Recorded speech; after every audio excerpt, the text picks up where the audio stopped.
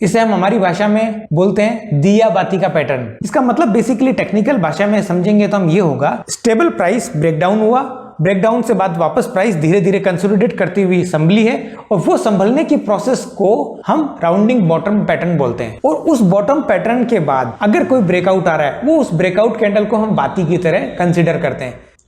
Breakout trading strategy के दूसरे part में आज हम डिस्कस करते हैं परफेक्ट ब्रेकआउट सेटअप के बारे में। जैसा कि नाम से ही हम सब जानते हैं कि परफेक्ट का मतलब हुआ कि ऐसा सेटअप जिसके एक्यूरेट होने की प्रोबेबिलिटी और पॉसिबिलिटी मैक्सिमम हो। तो आज हम बात करेंगे परफेक्ट ब्रेकआउट सेटअप की। इसी सीरीज के पहले पार्ट में हमने ये समझा था कि कैसे एक अच्छे ब्रेकआउट को आइडेंटिफाई किया जाए और कैसे हम एक फेक ब्रेकआउट से बच सकते हैं।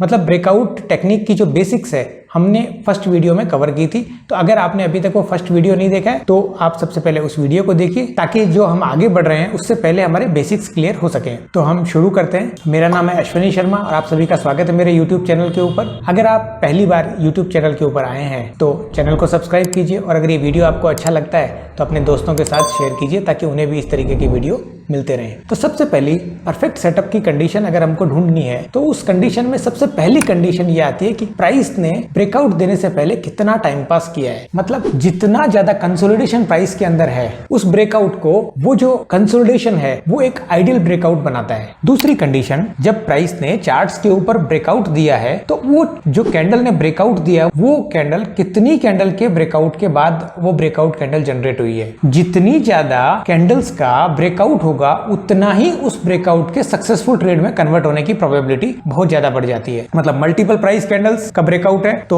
ब्रेकआउट सही डायरेक्शन में जाएगा, फेक ब्रेकआउट होने की प्रोबेबिलिटी बहुत कम है। तीसरी कंडीशन, प्राइस ने ब्रेकआउट देने से पहले एक राउंडिंग बॉटम पैटर्न बनाया है। इसे हम हमारी भाषा में बोलते हैं दिया बाती का पैटर्न। इसका मतलब बेसिकली टेक्निकल भाषा में समझेंगे तो हम ये होगा कि प्राइस ने पहले स्टेबल प्राइस ब्रेकडाउन हुआ, ब्रेकडाउन से बाद वापस प्राइस धीरे धीरे कंसोलिडेट करती हुई संभली है और वो संभलने की प्रोसेस को हम राउंडिंग बॉटम पैटर्न बोलते हैं। और उस बॉटम पैटर्न के बाद अगर कोई ब्रेकआउट आ रहा है, वो उस ब्रेकआउट कैंडल को हम बाती की तरह कंसीडर करते हैं।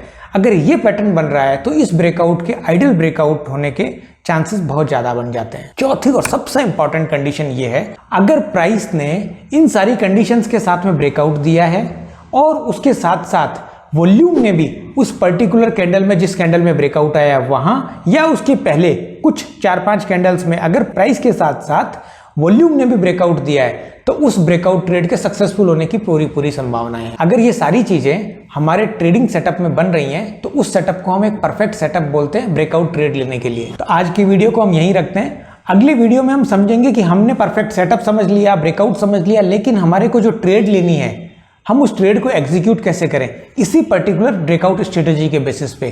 तो तीसरा पार्ट आप देखना बिल्कुल नहीं भूलिएगा। अगर अभी तक आपने वीडियो को लाइक नहीं किया है तो वीडियो को लाइक कीजिए और चैनल के ऊपर अगर आप नए हैं तो चैनल को सब्सक्राइब कीजिए।